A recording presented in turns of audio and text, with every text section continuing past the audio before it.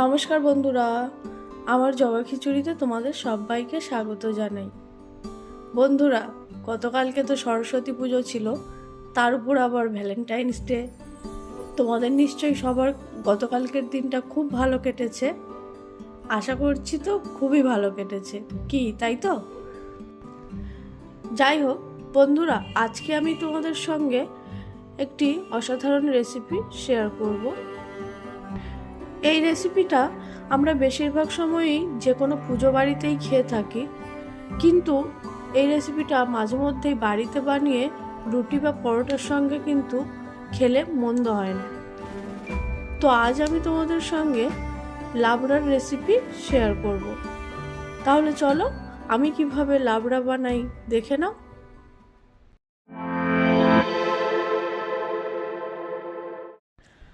বন্ধুরা, লাবড়া বানানোর জন্য কিন্তু সিজনাল যে কোনো সবজি ব্যবহার করা যেতে পারে। মোদ্দা কথা হলো, লাবড়ার জন্য বেশ অনেক রকমের সবজিরই প্রয়োজন হয়। সেই জন্য দেখো, আমি এখানে বেশ কয়েক রকমের সবজি কেটে নিয়েছি। এর মধ্যে আছে আলু, কুমড়ো, থোড়, বেগুন, কাঁচকলা, পটল, ফুলকপি, শিম, মোটামুটি 7 থেকে 8 রকমের সবজি কেটে নিয়েছি। তাহলে চলো এবার লাবড়াটা বানানো শুরু করি। লাবড়া বানানোর জন্য কড়াই চাপিয়ে দিয়েছি। কড়াইয়ের মধ্যে 3 থেকে 4 টেবিল চামচ সর্ষের তেল দিয়ে দেব।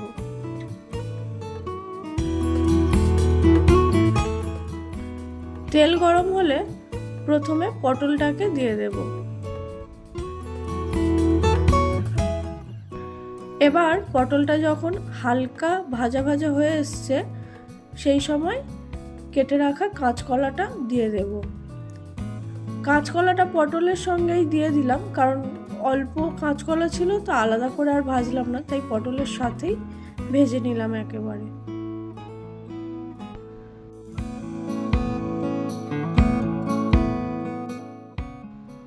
তো পটল আর কাঁচকলাটা বেশ লাল লাল করে ভাজা হয়ে গেছে, উঠিয়ে নেব।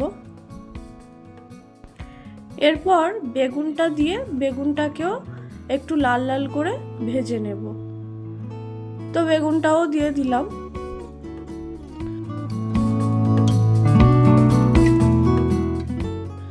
দেখো বন্ধুরা, বেগুনটাও সুন্দর ভাজা হয়ে গেছে, উঠিয়ে নেব। এখন কড়াইতে যে বাকি তেলটুকু আছে তার মধ্যে ফুলকপিটা দিয়ে হালকা করে ভেজে নেব। ফুলকপিটা খুব বেশি কড়া করে ভাজার দরকার নেই, একটু কালার চলে আসলেই উঠিয়ে নেব।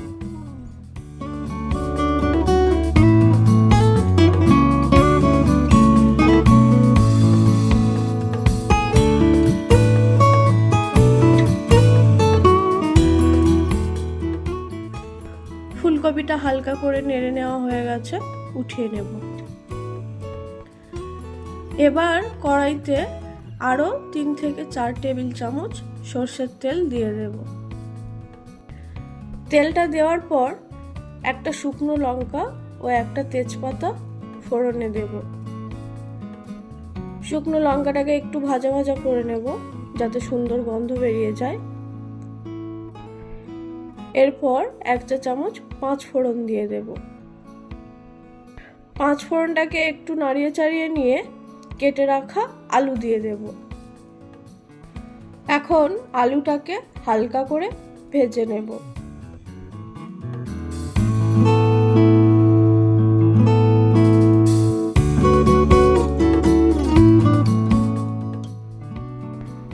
আলুটা যখন হালকা ভাজা হয়ে এসছে, ওর মধ্যে কেটে রাখা শিম দিয়ে দেব। শিমটা দেওয়ার পরেও আবারও একটু ভাজতে হবে।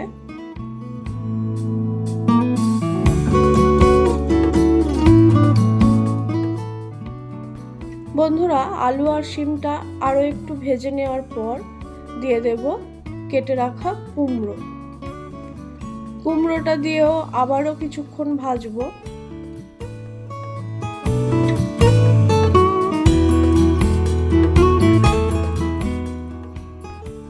বন্ধুরা, এই লাবড়া বানানোর সময় কিন্তু কোন সবজির পরে কোন সবজিটা দিলে বেশ ভালোভাবে ভাজা হবে আর পুড়ে যাবে না, সমান তালে ভাজা হবে, সেইটা কিন্তু বোঝাটা একটা অভিজ্ঞতার ব্যাপার। তো যাই হোক, আলু, শিম, কুমড়ো বেশ ভালোভাবে ভেজে নিয়েছি। এখন ওর মধ্যে থোড় দিয়ে দেব।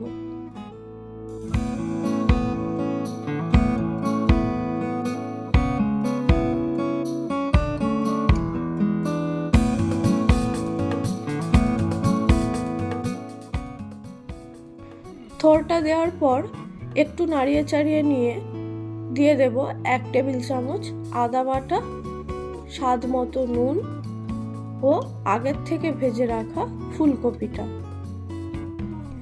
এবার এই সব কিছুকে বেশ কিছুক্ষণ কষিয়ে নেব। তো সবজিগুলোকে বেশ কিছুক্ষণ নাড়িয়ে চাড়িয়ে নেওয়ার পর ওর মধ্যে দিয়ে দেব 1 চা চামচ হলুদ গুঁড়ো ও 1 চা চামচ কাশ্মীরি লঙ্কার গুঁড়ো।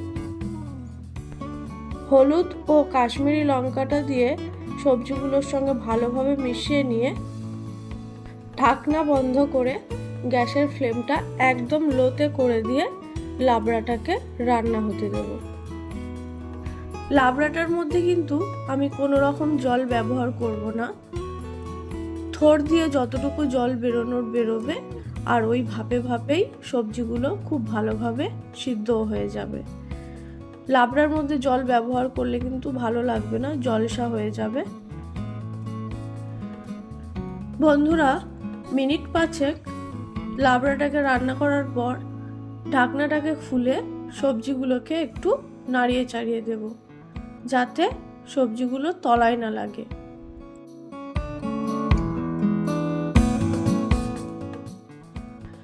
এবার ওর মধ্যে ভেজে রাখা পটল ও কাঁচকলাটা দিয়ে দেব। পটল আর কাঁচকলাটা দিয়েও একটু মিশিয়ে নেব।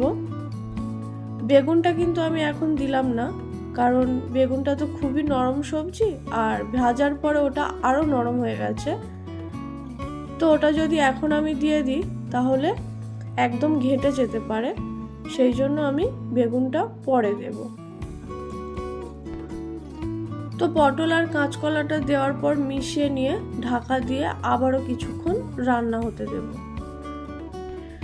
বেশ কিছুক্ষণ পর আবারও ঢাকনাটা খুলে লাবড়াটাকে নাড়িয়ে চাড়িয়ে দেব। বন্ধুরা দেখো, লাবড়ার সমস্ত সবজি কিন্তু খুব ভালোভাবে সিদ্ধ হয়ে গেছে।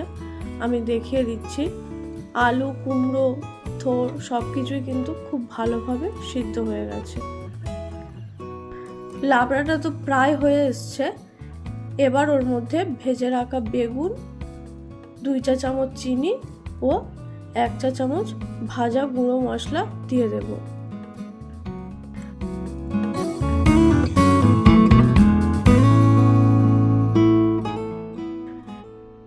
এই সব কিছু দেওয়ার পর ভালোভাবে মিশিয়ে নিয়ে আরও 1 মিনিট মতো ঢাকা দিয়ে রাখবো, যাতে গুঁড়ো মশলা ও চিনিটা লাবড়াটার সাথে ভালোভাবে মিশে যায়।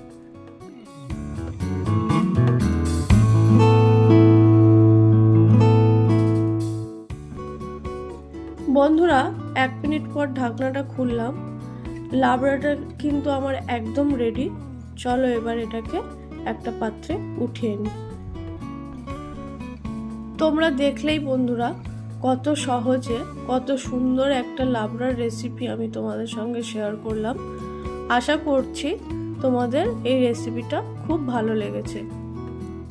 তো বন্ধুরা, যদি আমার এই লাবড়ার রেসিপি তোমাদের ভালো লেগে থাকে তাহলে একটা লাইক করে দিও, আর আমার ভিডিও যদি তোমাদের ভালো লাগে তাহলে আমার চ্যানেলটিকে সাবস্ক্রাইব করে দিও।